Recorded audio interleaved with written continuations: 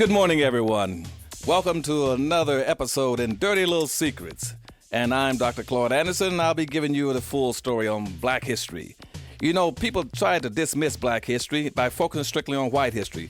White people will not take Black history. But on the other hand, the law of every state require that Black children learn white history. So therefore, we got the competitive edge in discussing any racial issue in this country. We need to understand white history so we can remove the lies and the deceptions in white history. For instance, if we had not read Black history before we read white history, how would we know, for instance, that George Washington was not the real first president of the United States? The real president of the United States was John Hanson, because John Hanson had been in the position of the chairman before the Declaration of Independence was approved in 1789. He immediately went into the presidency. So what we need to do then is understand that John Hanson was the first president of the United States and not George Washington. The same thing when we start talking about the 4th of July. The 4th of July is not the official birthday of this nation. Even though if you go into almost any library and any museum in the country, you see a picture of the founding fathers standing around signing the Declaration of Independence. That is a fraud. The Declaration of Independence, if you're going to celebrate it, should really be on August the 2nd. But you won't know that, and you wouldn't know that if you had not learned something about Black history so that you can go back and look at white history and pick out the lies and the tales. The same thing is true when we start talking about presidents of the United States. People always talk about that Abraham Lincoln freed the slaves.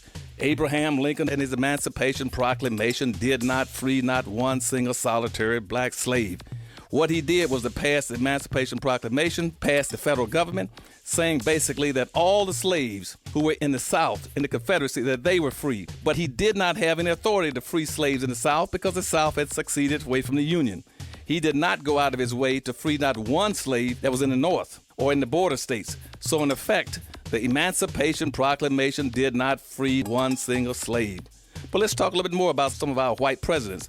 We already talked about George Washington. We talked about Abraham Lincoln. Let's talk about Franklin Delano Roosevelt. Now, Franklin Delano Roosevelt was known throughout the latter part of his administration as being a friend to Black people. But in reality, he was not a friend to Black folk, because throughout the 1930s, as an example, his wife, Eleanor Roosevelt, was constantly on him, asking him, please, would you help me? I'm working with the Women's League in this country. We're trying to get an anti-lynching bill passed. Would you sponsor an anti-lynching bill with Congress to stop them from lynching Black men in the South? They're lynching one Black man a day minimally in the South. And as a matter of fact, in one 10-year period, they lynched over 2,800 Black men. But Franklin Delano Roosevelt, the supposed proclaimed friend of Black people, said, no, I can't do that because I would be at risk of losing some of my Southern supporters and some of my Southern friends. And he said that about 1934, 1935. But ironically, chickens came home to roost.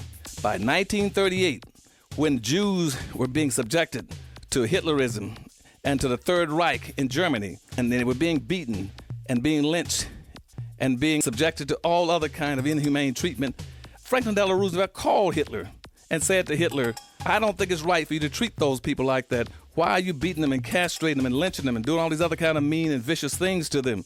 And Hitler laughed and chuckled and said, how can you tell me anything about how I'm treating Jews in Germany when I learned everything I'm doing from how you all treat Blacks in America?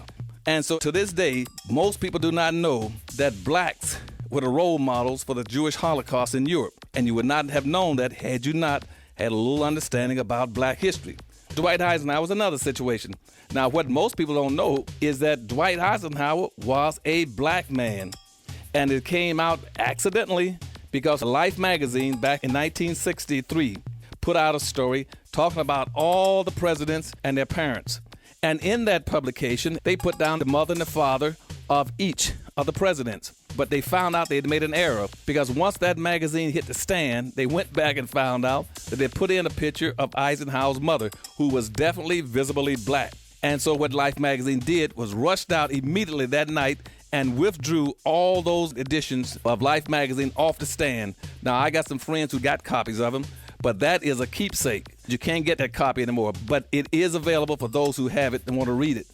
Eisenhower was a Black man. His mother was Black. But you'll never hear that from the white side of the lectern. So what we're going to be talking about this morning is getting a better grasp on what is Black history and what is white history. And in white history is basically a sanitized version of history, which means there's no Black involvement and is written strictly in the best interest of whites to promote their self-interest at the expense of black folk. So now let's talk a little bit more about black history this morning. This morning when I talk about black history, I want you all to understand, I could spend hours just talking about all of our black great bridge builders. I could spend hours talking about Dr. Martin Luther King, Sojourner Truth, or Frederick Douglass, or Harriet Tubman. I could go on for hours telling you about civil rights and integration. But let me be honest with you. That's not black history. That's not black history. And when you hear me talk this morning, I'm talking about all those unsung black heroes. I talk about all those nameless millions of black cotton pickers and all those black dishwashers and all those black janitors. All those black people who shine shoes for a living just so black folk can get across the road and have some food in their belly and a chance to live. I talk about all those black preachers who would never preach, all those black teachers who would never teach, all those black doctors who would never heal, and all those black babies who died in their bloom for the lack of food, shelter, and a mother's warm touch. That's who I talk about. I talk about black history. I talk about black history so that black folk understand that they're not guests in America, that you're not guests in America, that you walk on sacred ground, paid for by the blood and sweat and tears and the suffering and sacrificing of millions of black folk. You're not here in America as guests. What I'm saying to you is that we have to understand that it's more than just talking about a few individuals. And see, when I was over education in the state of Florida, and I was over everything as the coordinator of education, everything in the private sector and the public sector, from the elementary schools to the graduate schools. And at that time, doing integration, we had a debate in the legislature about mandating that every child must take Florida history. And because of that debate, I said, as the educator for the state of Florida, it's my responsibility to take a look at history and see what's in it. If you're going to mandate it and require that every child must take it before he can graduate from high school. And so I go over and I look at the textbooks in the white schools, since that's where all the materials were. And black folk were only picking up used books, used textbooks 2 years after whites had used them. I want to see what was in their textbooks. And I looked at the textbooks, and invariably black folk only showed up twice. Black folk showed up twice in history. Either they were picking cotton, doing slavery with a half a paragraph explaining it in whites' textbooks, or they had another half a paragraph with a picture showing blacks marching and demonstrating with Dr. Martin Luther King or rioting in the streets in the 1960s. That was all that was in the textbooks about black history on the white side. And I go over to the black side. I say, obviously, the whites don't know anything about black history. How can you solve a race problem when you don't know anything about it? When you do everything in your power to avoid learning about black history by telling black folk, get over it, put it behind you. You don't need to learn anything about black history. Let's move on. Let's move to a colorblind society. Let's pretend that it's a level playing field and all people are equal. And so then I go over to the black side. And I go into the black schools. And I say, show me as a black teacher what you're doing in schools in terms of black history. And invariably, they'll turn around and say, Dr. Anderson, we fulfill our obligation to black folk. We put up the same 10 or 15 pictures on the wall every year during February. And you know those same 10 or 15 pictures. All of you know who they are. And you point to our black kids that there is black history. That's a lie. That's not black history. What you got are a few very popular and prominent blacks in history as individuals. But that's not black history. Black history is more than that. And I said to myself, I got an obligation to get out and start writing literature and putting out stuff that says black folk are more than a few pictures on a wall.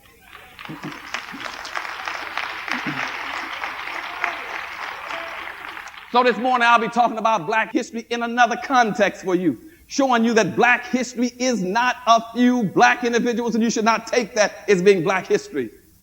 And see, if I take some issues and dirty little secrets about black history, black heroes, and other troublemakers, which is one of my first books, and now I got another one coming out this year, it tells you that there are some very specific things that you should know about black history, that absolutely nothing has gone on in the history of this nation that black folk did not either directly cause or were not indirectly involved in.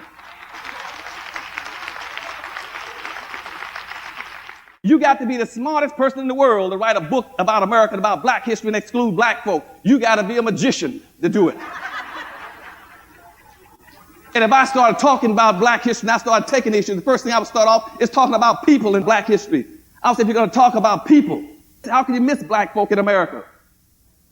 How can you miss black folk in the context of America? See, when I go back and look, and I tell people, I say, in America, the first people in America on this land, recorded on this land, were black folk. Were the Folsom people. Folsom, the Folsom people. The Folsom people were living in the United States as far back as 16,000 years ago.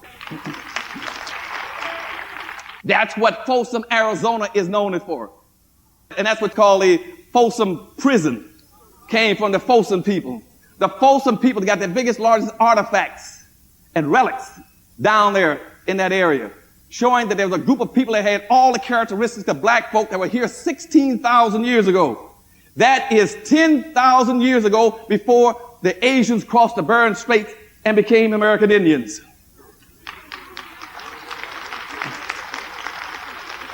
You see, but nobody seems to ask the question if Asians came across 6,000 years ago across the Bering Straits into America and came down to North America, and they came in and basically had yellow skin and slant eyes, so to speak. How did the eyes become round and also they become dark complected? You see, nobody ever says because you had Folsom people living in the Southwest, and they interbred with black folk. And that's how you created what's called the American Indian in the society. But see, nobody talks about that. And yet they want to talk about American history and give all the credit to what we call Native Americans, when the real Native Americans should have been black Americans. See, nobody wants to talk about the fact that right now we had a television program going across America put out by the Discovery Channel called The Real Eve. And what they've done is archaeologically and through genetic coding and through documentation track the birth of mankind from Africa around the world and how it spread it. They documented scientifically, showing that the first people on earth were black folk. The first people on earth were black folk. That is secular history. You can glide over it any way you want to. You can sham it, do anything you want. But the first people on earth were black folk. It is genetically proven now and it's been documented over and over again. That's why secular history shows that the first people came out of Africa. Now, if you don't want to believe that, you go over to the Bible. The Bible tells you the same thing. Anybody who can read should be able to read the Bible and find this out. Well, hold on a second. I read the Bible, and obviously there must have been a very special relationship between God and black folk.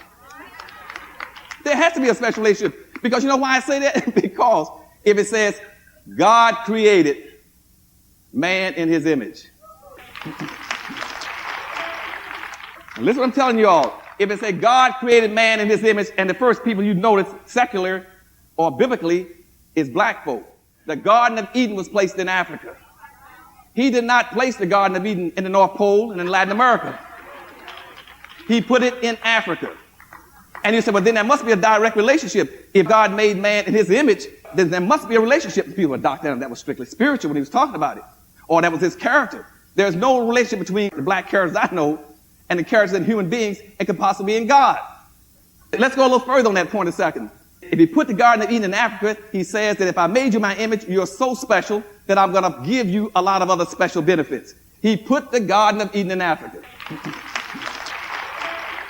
No place else. And if I had a dialogue, I would have said something like this. I said, God, now, are black folk really that special? That you made them the first human beings? You made them in your image? He said, yes. And you went a little further and you put them in Africa rather than North Pole or South Pole? He said, yes. I said, what else did you do for them to show they're special to you? He said, well, I'm going to make Africa the richest continent on the earth.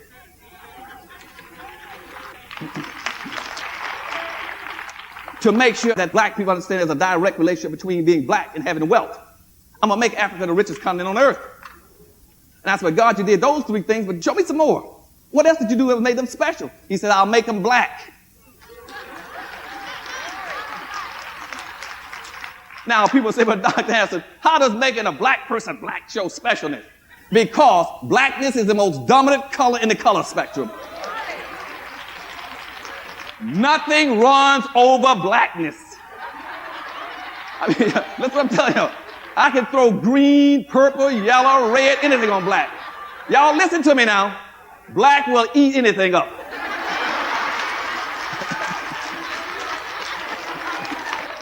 Blackness will tear it up. And not only is blackness the most dominant color in the color spectrum, but blackness is the only color that would harden faster than any other color.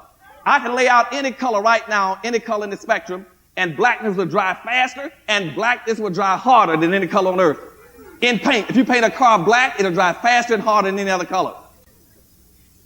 And they said, well, what else did you do to make it important? I said, what I'm doing is give them kinky hair.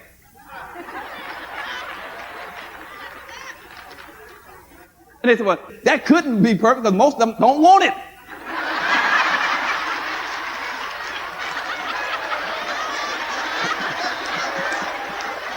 They don't want it, so, I mean, how does that make it perfect? He said, you go read my documents that I left on earth. You read the Hebrew scriptures, and you see in there where it says that my son that I sent to the earth had hair like a lamb's wool. You see, if God had not meant for you to be special, just think, for instance, in the Bible when it talked about when Moses went up on the mountain, and he was told by God to watch him perform a miracle. And Moses said, well, what's the miracle? He said, stick your hand inside your breast. And you pull it out, and he pulled it out. What color was it? Now, anybody's got more than a third grade education. Y'all understand what I'm saying? That no, if you stuck your hand inside your breast and your hand was already white, pulling it out and still white, that ain't no darn miracle.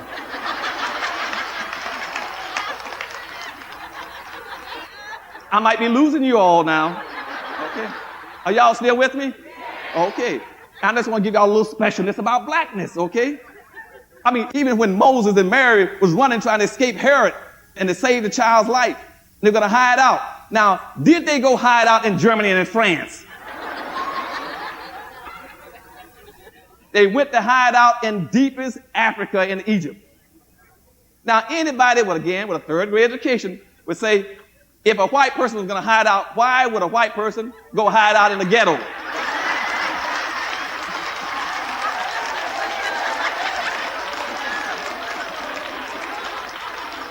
I don't know if y'all are with me still now. Should I be talking to this side of the room and leave this one now? Y'all understand what I'm saying to you? It's saying that they are special people. And that there must have been a special relation between God and color. Otherwise, these things would not have been occurring. But I'm not going to ride that anymore. But I want you to understand the colorness of that, the importance of color. And that black folk, when other people stand up in front of you and say, look, you people aren't worth a quarter. Because over here, we got the Native Americans, which means they are the first Americans. And over here, we got whites. They are the superior people of the earth. And over here, we got Jews. They are the chosen people of the earth. Somebody should stand and say, well, hold a second. I don't care whether you're the first people, the Native Americans. I don't care whether you're the superior people. I don't care whether you're the chosen people. None of you get ahead of me because I am the original first people.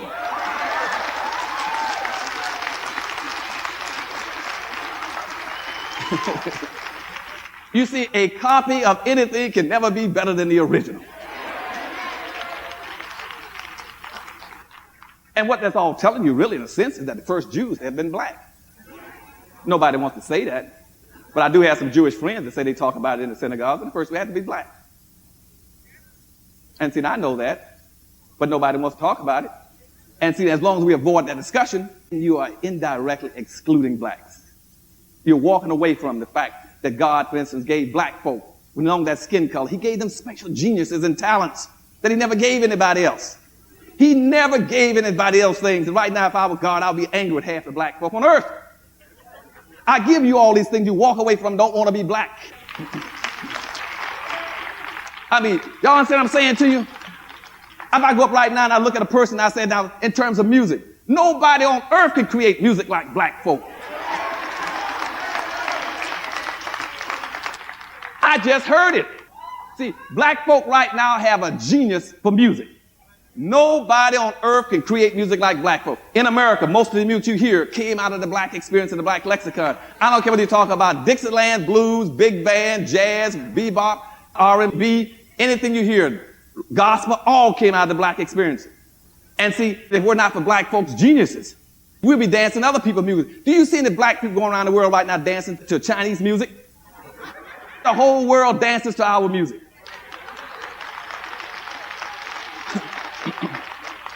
Because God gave black folk a genius for creating music. God gave us a genius for dance. Nobody can outdance us. Nobody can outdance black folk. It cannot be done. See, I can take a black kid in the ghetto that big and put on a song and he would boogaloo up and do the glide and slide at 2 years of age. Nobody's got to teach him. He feels it, you see? It is genetic coding. It's in his structure. You see, and I don't want to keep riding these points, but I want you to understand that you are very special people. You don't have to play get low for anybody. I don't want you to put anybody else down, but you say, hold on a second, we are special people. I mean, you may have done a lot of things to us to shut us down and slow us down and keep us hidden, but we are special, and we've always had a special relationship with God. He did give us some gifts and talents that nobody else has. And see, and we move from that, we have to understand that even in terms of the original land, we really should have that land right now they're fighting over in the Middle East. Because see, blacks were the original Jews, and blacks were also the kidnappers. The original Arabs are in that area. Before Muhammad came in 622 and wrote the Quran. And in 8 years, the Quran came out and made that a movement that pushed blacks out of the Middle East down into the lower Africa. And see, what you call now Palestinians, one time those were called Philistines in the Bible. When you see reading about Samson fighting the Philistines, Samson was a Danite. The Danites are Ethiopians. And so right now, we don't understand what's going on, but one person did. That's why Nasser back in 1949 made the headlines in the entire United States. When they first built Israel there and put what we call Khazars, that are the Jews now out of Germany and Russia into that area. And that's why Nasser said in the paper that you'll never again ever have peace in the Middle East. He says because Jews left here black and came back white. That was the headline across the world. So that's why I don't even get into that conflict. But I want you to understand that we are still special people, but we're outside everything that's going on. Let's bring it back to the United States, for instance. If we were talking about in this country, when Columbus discovered America, discovered in quotes, you go back after 1492, and by 1526, see, the Spaniards were bringing black folk into this country. The first boatload came in 1526. They came into P.D. River, South Carolina. Some of those blacks were slaves. All of them were not slaves, but some were. But they had a major revolt there. And black folk wind up killing half of the Spaniards and breaking free. And those blacks from P.D. River then migrated down to Florida, out of South Carolina. And at that time, you had no Indians in Florida. The first inhabitants of Florida were black folk, black slaves, and they set up a settlement right outside of St. Augustine, Florida. The relics are still there, that they were the first inhabitants. And subsequent, as the United States colonies began to build up South Carolina, North Carolina, Virginia, and these other northern states, they began to force more Indians out of that area, and the Indians then went down to Florida. You had about 3 different tribes going down that way. You had the Cherokee, you had the Creeks, and you had the Miccosukes that then went down, started moving out of the Carolinas down to Florida. And they ran into the blacks down there, just like the Asians that came across the Bering Straits ran into the Folsom people. And they ran into the black slaves, they started interbreeding with them. And as they interbred those black folk, the Miccosukes, the Creeks, and the Cherokees, they interbred, they created a new Indian tribe, what you all call Seminoles. So Seminole Indians, that was spelled Cimarron. And later on was converted over and spoken in a different fashion, saying Seminole. Initially was Cimarron. Cimarron is the Spanish word for runaway slaves. And now it's quite ironic that black folk in South Carolina, a couple of suits just went in the last couple of years where black folk are suing to be involved in some of that money that the government is giving to the Seminoles, and the Seminoles won't give a penny to black folk. And when black folk were the original people in Florida. So the P.D. River, so they're talking about landmass, and what happened as a result of that, you get another lie that starts showing up in dirty little history. People start talking about the Underground Railroad. The Underground Railroad was not running north, my people. Black folk might not have been educated as slaves, but they weren't stupid. It's one thing to deny black folk an education, but you can't call them stupid. Why would you find 97% of all the black folk in America in the southern states, just right above Florida, and Florida is free territory because it's Spanish, owned by Spain? Why would he go away from Mississippi to Canada?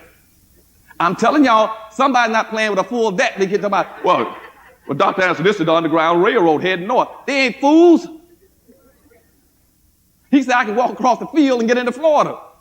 Why am I going to go through 1,000 miles of hostile territory where whites got paddy rollers watching the roads day and night and going to catch me without papers, anything else, arrest me and castrate and lynch me, anything else, but I can run across this field and get into Florida. So the real Underground Railroad was the St. Mary River between Florida and going over to Georgia. That was the Underground Railroad. That was the first Underground Railroad, is crossing out of Georgia into Florida. And as blacks began to escape and run down in that area, they began to create a new tribe of Seminole and what we call black Indians. And so by the 1800s, by the 1820s, we had major black leadership. And black folks sat in controlling position over those Indians. And one of the biggest ones was John Horse, which I call John Cabela. Another one was Abraham. They knew more about the white structure than the Indians did. They were the advisors to the Indians. They were chiefs. They led the Indians. And as a result of that, starting in 1822, you had 3 major Seminole wars in the United States. But nobody ever tells you that those wars were being fought over and by black folk. Except people like General Andrew Jackson that was telling the President of the United States. When he said, we go find all the documents in the Library of Congress, what he says is, this is not an Indian war. He says, this is a nigger war down here we're fighting. But see, people always want to paint something, make it another color.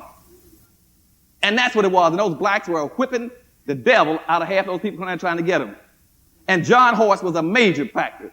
John Horse, he's the only black man in the history of this nation that ever fought this country. For 50 years, he didn't kneel and pray and moan, we shall overcome someday. John Horse took his little band and fought every day. As a matter of fact, on the Apalachicola River, coming up Chattahoochee there, they had a thing called Fort Negro. They built this massive fort. They said they'd taunt the whites. And you find the United States Army sent a naval vessel, they shot a cannonball in there, and they started heating the cannonballs. One of the cannonballs got hit with some of the explosives in there and blew the fort up and killed about 200 or 300 black women and children in the fort. That was called Fort Negro on the Apalachicola River. But John Horse was a major leader. Yes, we had Osceola. Go to any library, any museum, you see a big picture of Osceola. Osceola worked in close relationship with John Horse. And Osceola, the noted, famous Seminole Indian chief, was married to a black woman. The black woman's name was Morning Dew. And they had mulatto children, like Wildcat. So Wildcat and John Horse were the 2 primary leaders and fighters for black folk. And they fought the United States for almost 50 years. When they were defeated after the Third Seminole War, a contract relationship was drawn up where they would be moved out of Florida to the Cherokee Strip in Oklahoma. They moved them out of there. They picked up a lot of other Indians, some Choctaw and Chickasaw Indians in the Southwest, and moved them all to Oklahoma. And you always hear about the Trail of Tears. Everybody crying about those poor Indians. They moved those poor Indians in the wintertime from Florida all the way to Oklahoma. Nobody ever tell you that 37% of them were black people. Black Indians moved out there in the Cherokee Strip. And now what's happening? Now the Cherokees also got a major lawsuit in the Supreme Court saying blacks who are not full Indians other than black folk cannot be involved and cannot get any money and resources. And the federal government appropriates $170 million every year to the Cherokee out there, to 155,000 Cherokee, and they say black folk are not qualified unless you can prove that you are 100% Indian. And what has happened now in proving that, you go look at the Indians in 200 years ago, 100 years ago, look at that picture, they were almost black in color. Now what they call a full Indian is white.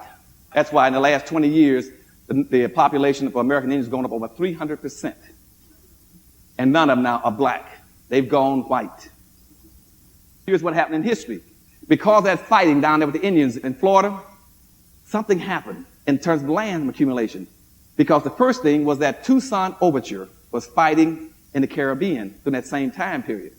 He was fighting Napoleon and the French, who were trying to control the Caribbean islands like Haiti. And the French also had control of what's now called New Orleans. And they owned most of the land from New Orleans all the way to the Pacific Ocean. And they wanted that whole western part of the United States to be French. And they got engaged in a major war with a little black guy named Toussaint Overture, who took his little rouser blacks down there and fought the great Napoleon French general to a standstill and beat him. And that was the first time in history that black folk were ever able to break out of colonization. That's the only time in history that any blacks ever broke out of slavery and broke free. And as a result of that, our national policy has been on Haiti ever since. And they're never going to let Haiti recoup from that. That's the only place on this earth where black folk ever broke free. And as a result of Toussaint Overture beating the devil out of Napoleon Bonaparte, The French then had to sell the land west of the Mississippi, going north. And the United States then bought it from them for 5 cents an acre. What's called a Louisiana Purchase. That's all the land all the way to the west coast for 5 cents an acre. And that's how the United States picked up a third of its land in the United States, was because a black man beat the devil out of the French and caused the land to be purchased. This is black history, not these pictures on the wall I'm telling you all about.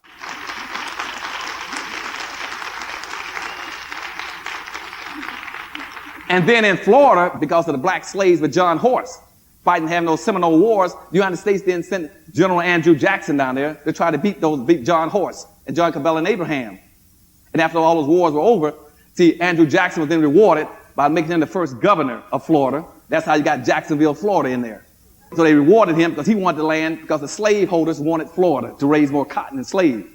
And they took over Florida, and they then bought it from Spain, something like about 10 to 15 cents an acre. They got all of Florida and West Florida all the way over to almost to Alabama. And Spain sold them. But I don't want to talk too much about that because we got a major lawsuit coming up, because out of that came a treaty that's very important for black folk, okay? We'll talk about it some other time. That treaty, then they signed a treaty with Spain, and they then bought Florida. Now the United States now has got Florida. They now got all the western United States north because of black folk. Now here come black folk going into Texas. White slave owners then rushed into Texas because they wanted to have more land for raising cotton. And as they rushed into Texas, something very important had happened. See, when John Horse went west and fighting out there with his little band of black Indians, they had to fight not only the Indians and whites all those years, but they had to fight the United States Army. But they never caught and beat John Horse. So John Horse finally went into Mexico. When he went into Mexico, he ran into something that was very important in Mexico. He ran into a black guy. His name was Vincent Carrero. Very important. When you all start talking about honoring Cinco de Mayo, I want you all to understand what you're doing out here and where all this stuff came from. He ran into a black guy named Vincent Carrero. And Vicente Carrero was a black man. And he had become the president of Mexico. He got elected president in 1826.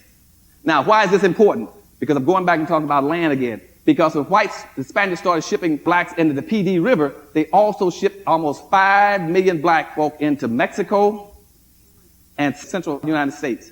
5 million. They sent all those black slaves in there to dig in the mines for gold and silver.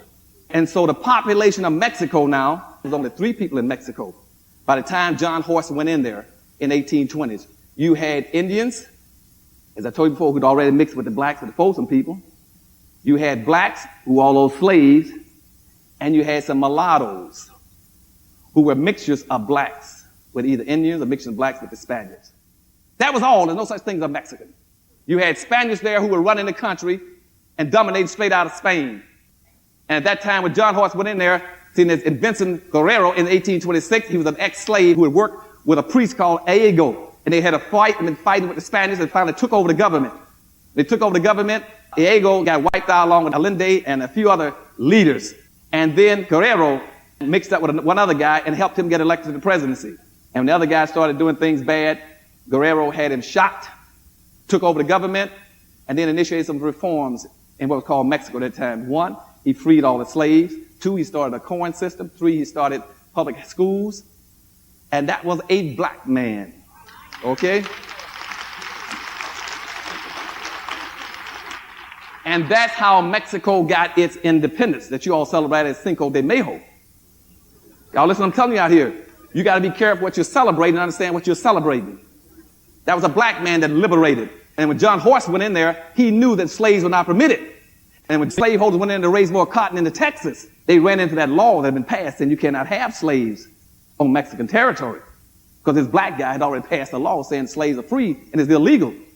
So whites went in there to raise cotton and took those slaves. They said, well, we don't have any slaves with us. These are not slaves we're bringing in here. These are just black folk who are willing to work free for the rest of their lives. You see, but all people are not stupid. And so the government then, under the blacks down, they said, look, say, Santa Ana, you get your general and go up there and clean house. And so when Santa Ana started moving north and told the white slaveholders, you cannot own slaves in Texas. Then what the white slaves said, well, we're fighting for our freedom in Texas. We're fighting for our independence because we're going to take this little bit of land and break it away from it and say this is strictly for slaveholding and it's ours. And see, General Santa Ana went up there to say, no, you can't do that because what you don't know is a black man named Vincent Guerrero already passed a law saying that you cannot own slaves on our territory. And so the war with Alamo was not over trying to get independence for America or liberation for whites or freedom for whites in America. It was to keep and contain slavery on that property. Okay? So Santa Anna came in and had a war, and he annihilated, wiped out all 200-something American soldiers in there, from Daniel Boone to David Crockett, Jim Boyd, all of them got wiped out. Okay? Wiped out. Totally wiped them out. Now our big hero is Santa Anna. General Santa Anna. Now, let me tell you about General Santa Anna. I see General Santa Anna coming in there, and on the way into there, and while the war, little fights going on, he hears about this fantastically beautiful black girl. Name is Emily. Now, Emily is a beautiful girl, and some people even call her a prostitute, okay? And Santa Anna wanted to spend a lot of time with her while he's fighting the Battle of the Alamo. When he sends somebody to get the girl, the mother tells the courier, you can't have my daughter, and he can't go to bed with her, sleep with her, unless he's married to her. So then General Santa Anna rigs up this thing to have one of his officers go by there and pretend somehow that he's going to have a wedding. And he's going to marry the girl. And he put on a phony wedding. And he keeps the girl with him a couple of weeks, pretending that he's married to her. While he's doing that, guess what happens? Sam Houston then has a chance to pull together the forces. And they march up there, and they catch Santa Anna in the bed. Santa Anna comes running out of the bedroom, no shoes on, just his underwear on. And they catch his army off guard and slaughter him. And wipe Santa Anna out because he's messing around with Emily, the black prostitute. And as a result of that, the state of Texas honor Emily. See, they come out with this song called, you're right, A Yellow Rose of Texas. See? They said, this poor black girl, she put a hurt on him. And that becomes the state song for Texas. So the state song of Texas, The Yellow Rose of Texas. And nobody ever knew whether they put Emily up to keeping him contained while the army got together at the Alamo, or whether it was an accident. But either way, they honored her in history, the Yellow Rose of Texas. They never tell you that she was a black mulatto. Okay? The song goes, she's a yellow rose of Texas, sweetest rose I ever knew.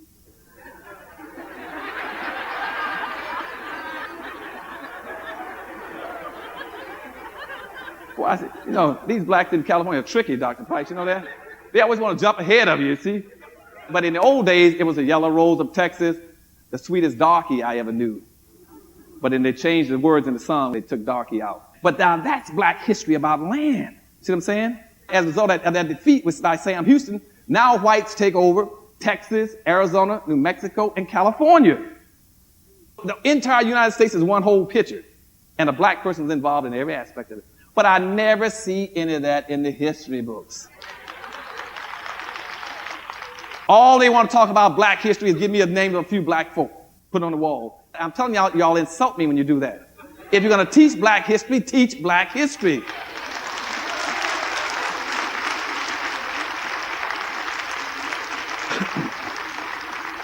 Let's jump to some other things. Let me talk about names, for instance, because I like getting into this. You all heard about Dred Scott.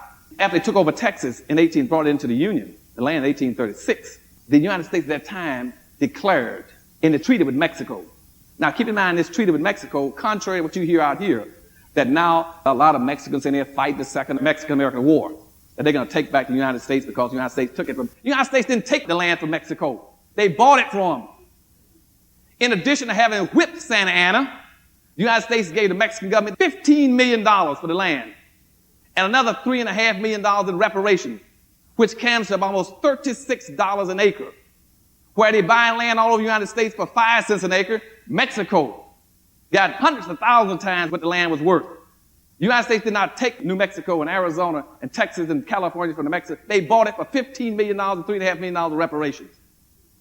That was after the war. They took that land, and yet people talk about, well, we're going to have a war and take it back. Nobody took it from you. When they signed the treaty and gave them the money, they defined who were people of color in there. They said, these are people of color. And guess who they said who people of color were? Only the Indians. At that time, they didn't want to say mulattoes. They just said, well, we just call them the rest of those people in Mexico. And that was the law. That was in 1836. So by 1857, when they had the Dred Scott decision, And he went to court trying to get free, and the United States Supreme Court says a black man don't have any rights that a white man is bound to respect. It was based on the fact that you had had the Fifth Amendment and those treaties saying you don't have any rights. So the federal government came out by 1860 saying that black people were not people of color. That was a federal state policy, that black people are not people of color. But I keep hearing people talking about black folk as people of color. How did black folk become people of color when the law says you're not people of color? When did you change the law? When did you go back and change the treaty so that now, if it's some of my civil rights organizations like the NAACP calling, they represent people of color? How do you represent people of color when they just said by law that you can't be people of color? And you play into a bag because you don't want to be black. You want to be people of color. And talking about the Dred Scott decision, so nobody wants to be what they are.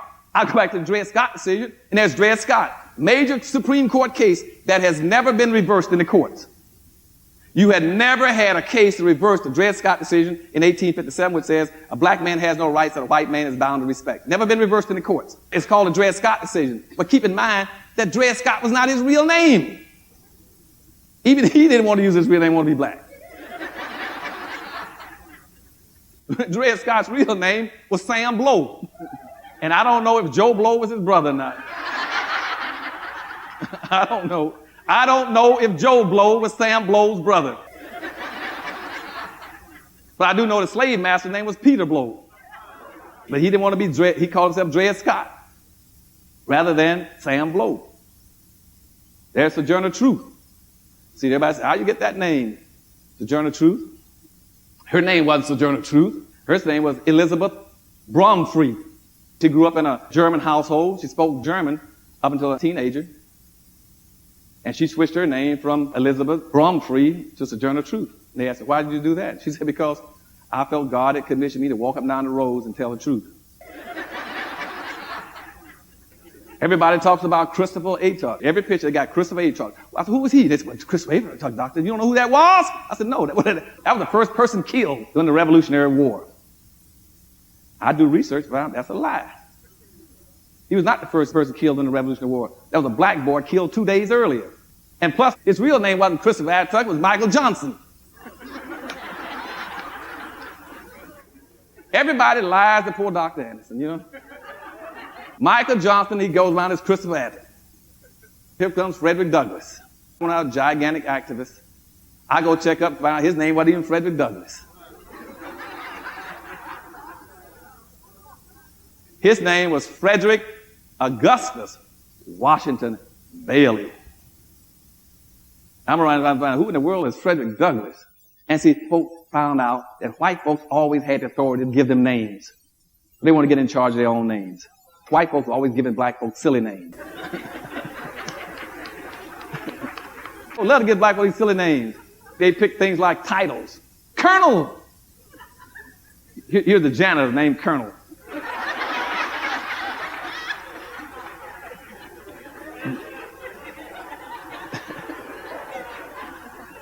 The porter, General Lee. Here's a guy that's about 200 years old. They call him Honeymoon. White folks did all these tricky things with black folks' names, so finally black folks said, if I ever get in charge, I'm going to change my name. That's why those black leaders would change their names. And then when the slavery ended, a lot of black folks said, I'm going to pick me a name that nobody can play with. So a lot of them said, I'm going to color. And so they started picking colors, you know. I want to be William Green.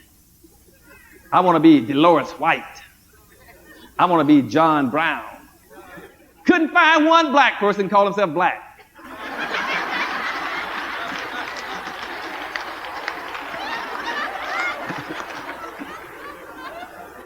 None of them would pick the color black. Well, I tell you, black folk are tough. So nowadays, they're still playing with names. Now they're having babies, and they're going to play with names. I'm going to create me a new name so I won't be like slavery. I'm not going to be General Lee and Honeymooner. I'm going to pick Shalala Nene.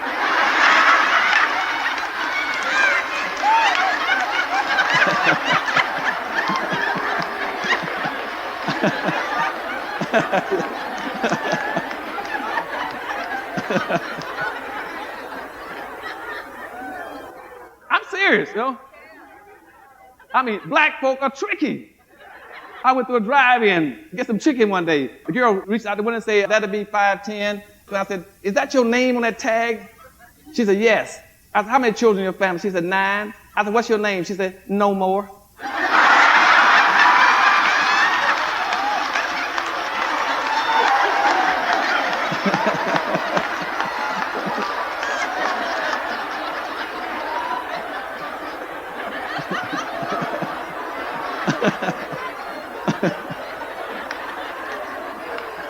Poor eyes.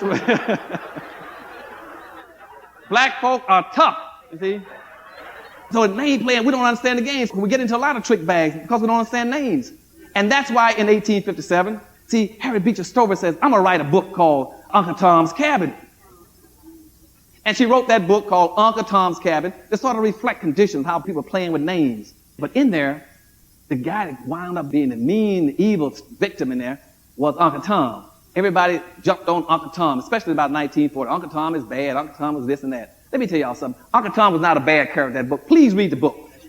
He was not a bad character. Now, at some point in time, he might have been just a little bit overly religious, you know, but he believed in his God. He was a very strong-willed black man. He was a strong man. He was very honest, you know, and he was very gentle and kind. But everybody beats up on Uncle Tom and using the name. Well, you're an Uncle Tom. You're an Uncle Tom. You're not an Uncle Tom unless you have those qualities of being a gentle, kind person, concerned about your people. The culprit, the real crook, the dirty dude in Uncle Tom's Cabin was a black guy named Sambo. See, Sambo is a real dirty dog. See, Sambo's always want to run around. He and, that one of those names again, Gumbo. See? See, Sambo and Gumbo, you know? So Sambo is the one always running around behind with the white slave master. And see, they all beat up on Uncle Tom. Simon Legree wanted Uncle Tom to do in the book was to make his women pick more cotton, raise the quota on picking cotton. And he also wanted Uncle Tom to squeal on where black folk were hiding when they escaped from slavery and ran across the river. Or he wanted them to inform on when they were planning a revolt or anything else. And Uncle Tom says, I can't do that. He said, it's not in my soul to do that kind of meanness to my own people. And so then Simon Legree says, you're going to tell me where they hide? He said, no, I can't do that. But Sambo says, yes, Master Legree, I'll show you where the coons hide. I'll show you where the niggas hide and they ride across the river. And that was a different kind of character for black folk. Uncle Tom said, I'm not going to beat these women. I'm not going to raise the quota on picking cotton. And when a black person comes in short on his cotton picking, I'll take cotton out of my own sack and put it into a black person's sack so he can make the quota and get a whipping. And Simon Legree said, I'm going to break that up. And he told Sambo, you go in there every night and you whip him until he learns to respect me and do what I tell him to do and abide by me and do things in my interest. And so Sambo went in there every night and beat Uncle Tom. And Uncle Tom said, I'll die first. And so they finally beat Uncle Tom to death. So I want y'all, when y'all start using these names, make sure you use the right name. Uncle Tom is a person who might be weak and even ignorant to some degree about what's going on. But he is not going out of his way to hurt his people. A Sambo is a black person who gets in a position of responsibility, position of authority, and goes out of his way to inflict harm and hurt on his own people. Okay?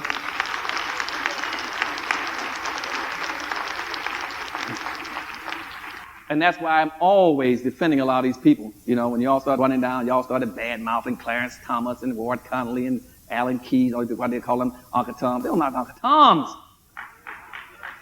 You got to call them by their right names, okay? Use the right names. If you're going to name him Shalala, La Nene, call him what he does otherwise. Any of them you find as Sambos, call them Sambos. Now, one of the things that's going across the country right now you all need to know about is that based on my first book, Black Labor, White Wealth, and on page 166 and 167, where I talked about meritorious manumission.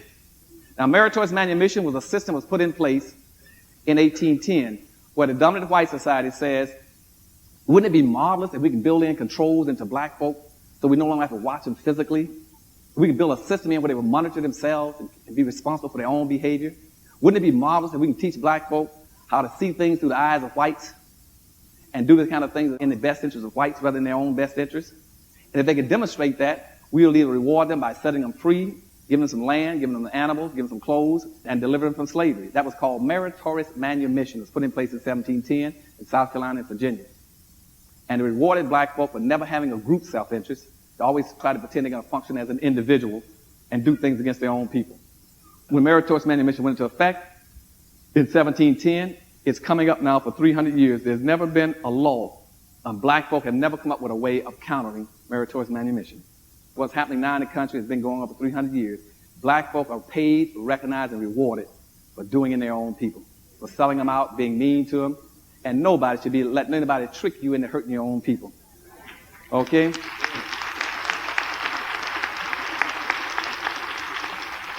Don't even let them make you do it on a religious basis. Now I hear people saying something about Dr. Anderson, I think I got a religious commitment to be responsible for everybody. I said, there's no way on earth that God would sanction that. Why would the Lord tell you to forsake your own children and family, to leave your house and go down the street and take care of everybody else's house, everybody else's children?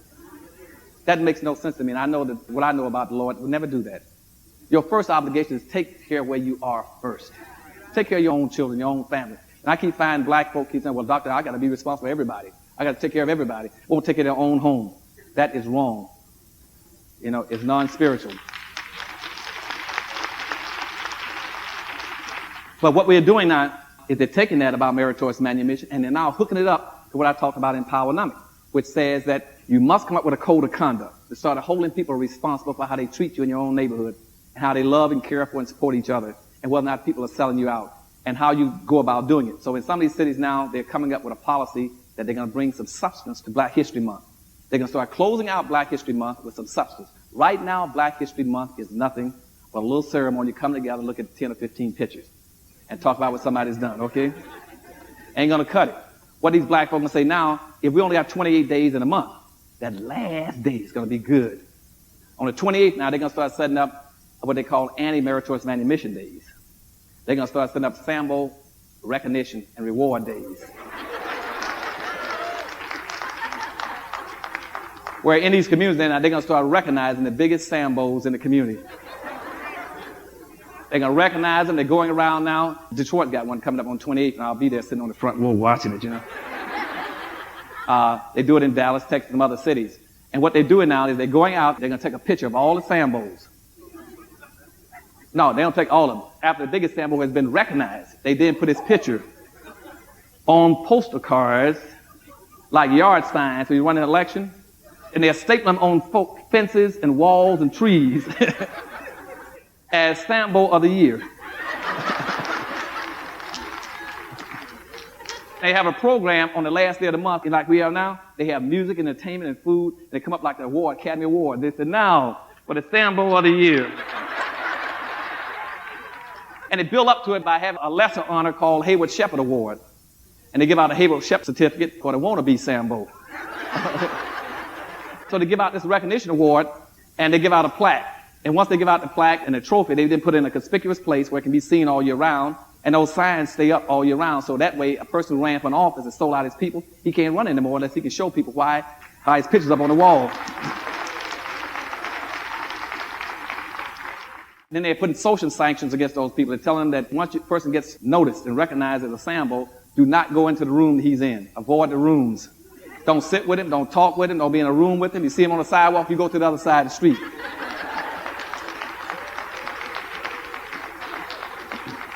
They're trying to institutionalize that. So every year at the end of Black History Month, where they said, for 27 days, here are the blacks that tried to be nice, to be respectful and responsible in the community. Then the last day, they said, now here are the turkeys to the left. They're going to pick the one. Now, the Hayward Shepherd Award, for you all know who Hayward Shepherd is. When John Brown freed blacks and a few whites and his own family went in to free blacks in Harper's Ferry, Virginia. And what John Brown was after, and here again, why isn't John Brown that white guy? Why is his picture on the wall? Why does I never see John Brown on the wall, John Horse, two other whites that are very historical, Charles Sumner and Thaddeus Stevens, two of the biggest white legislators we ever had, wrote the 14th Amendment, the 13th Amendment, and the 15th Amendment, and the two civil rights laws. Where are those two whites on the wall? Those are heroes in my book. How about Gabriel Prosser, the first black that had a major slave revolt? And Denmark Vesey, where is he? Where is Nat Turner? See what they do, they pick the most safest, most sanitized blacks you can get your hands on and stick them on the wall. But those people should be honored and respected. Okay? But John Brown took his little band together. They went into Harper's Ferry to free the black slaves. And what John Brown was counting on, to break into the military armory there, get some weapons and rifles, and give it to all the blacks, slaves. But he couldn't do it because he said he had a problem. He said, I can't do it unless all the slaves come out to get the guns. He said, I need a black person with a lot of visibility to call the slaves to come out of slavery and to get the guns. And he said, I got to get somebody. He went to Harriet Tubman first. And Harriet Tubman couldn't meet with him up in Maryland because she was sick. I think she had flu or something like that at the time, so she couldn't come. So then he went to Frederick Douglass and told Frederick Douglass, I got to have the most visible black in the country to help call these slaves out. I'm going to break into the military armory, get all these weapons. You call the slaves out. Then they're going to go up in those mountains, in the Appalachian Mountains, and you'll never get them out of there. Those slaves are armed. He met for a whole week with Frederick Douglass, trying to convince Frederick Douglass to come with him, and Frederick Douglass wouldn't go. Then Frederick Douglass confessed on his deathbed when he died the reason he didn't go because he was scared. But yet he's on the wall with us, you see. So John Brown asked him, said, well, aren't you willing to help your people? And Frederick Douglass said, I'm always willing to fight for my folk. And John Brown, the white guy, said, I'm not asking you about whether or not you're willing to fight for them. I'm asking you, are you willing to die for them? He said, no, so I ain't going to do that now. And so John Brown then had to go into Harper's Ferry by himself with his own family. He even took a couple of his daughters. See, John Brown had 21 kids, so he took some of his own children, himself, and about 5 other black people, and went in there and took over the armory. And he took it over, and he had it. But when he went in that night, there was a black slave sitting on the porch at Harper's Ferry on the railroad track. He saw John Brown's people coming in town that night. He jumped up and said, here's my chance to get meritorious manumission. He jumped up and ran out the porch and warned the town that John Brown was in town to free the slaves. As he ran across the road, John Brown and his group shot him. He staggered and ran and fell against the side of the hotel and collapsed there. And the town then put a monument where he fell, called the Hayward Shepherd Monument, saying, this is the kind of black we like. That kind of black who's willing to die to maintain a system, a way of life. Is because of that they're going to give out the Hayward Shepherd Award. Well, that kind of black who's already jumped off the porch and run to warn somebody or something and hadn't quite gotten there yet. He's what you call a wannabe Sambo. Or soon to be. So they give out the Hayward Shepherd certificate, and they also give out the Sambo Award. And one of the funniest things I may have mentioned it once before was that they gave out the Hayward Shepherd Award to a black police officer in one of the big urban cities. And he came up on the stage, and they talked about the award. He came up on the stage and asked him to come up and get his certificate. He goes up there and gets his certificate, and they hand it to him, you know. He says, I want y'all to know I work real hard.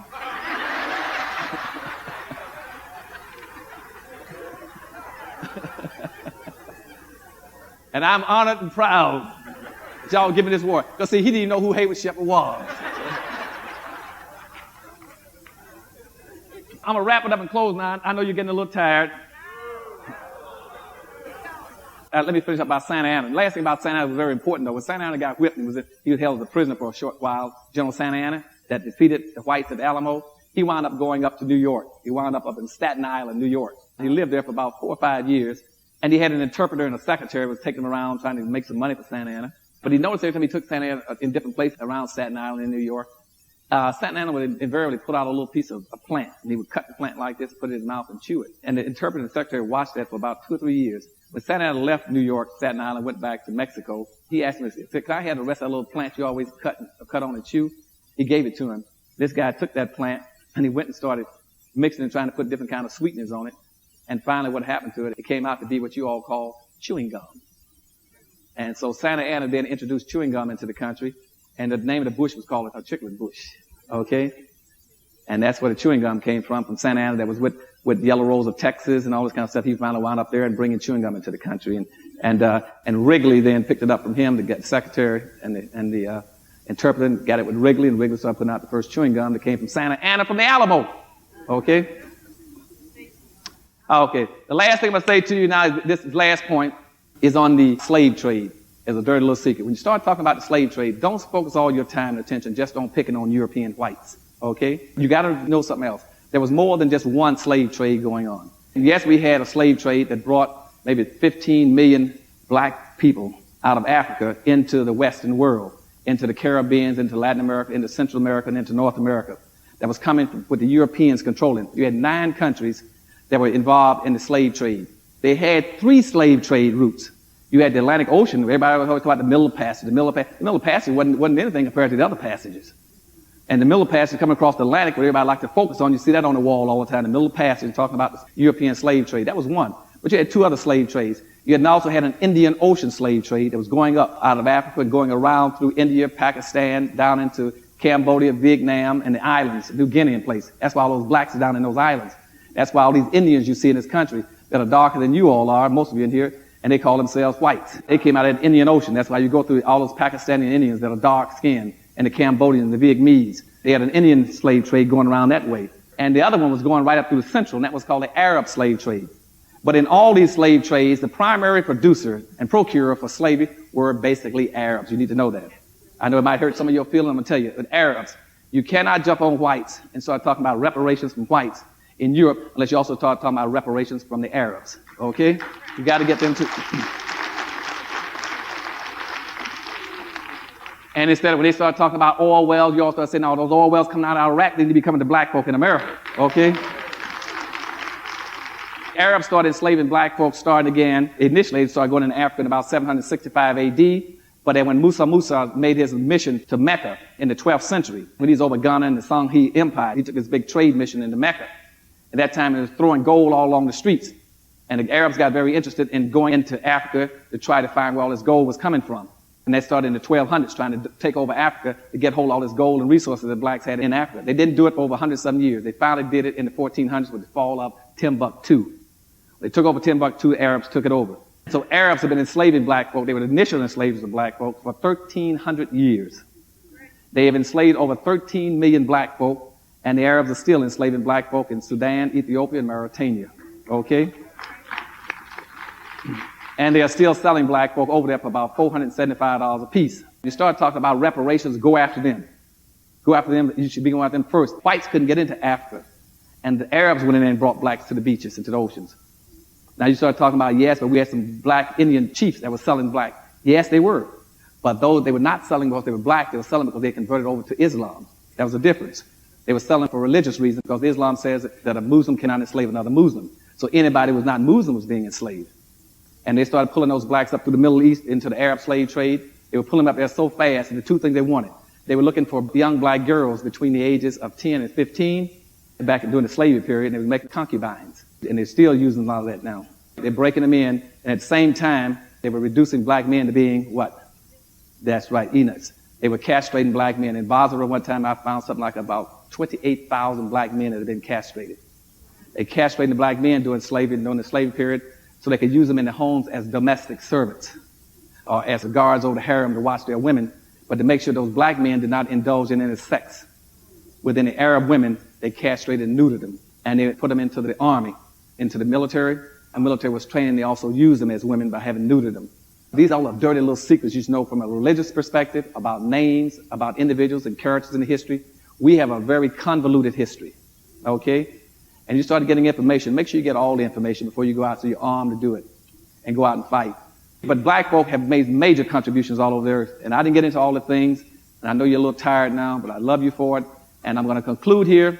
And next time you invite me back, we'll pick up where I left off today. And as of this coming year, Dirty Little Secrets #2 will be coming to you in your bookstores. Okay? Thank you very much.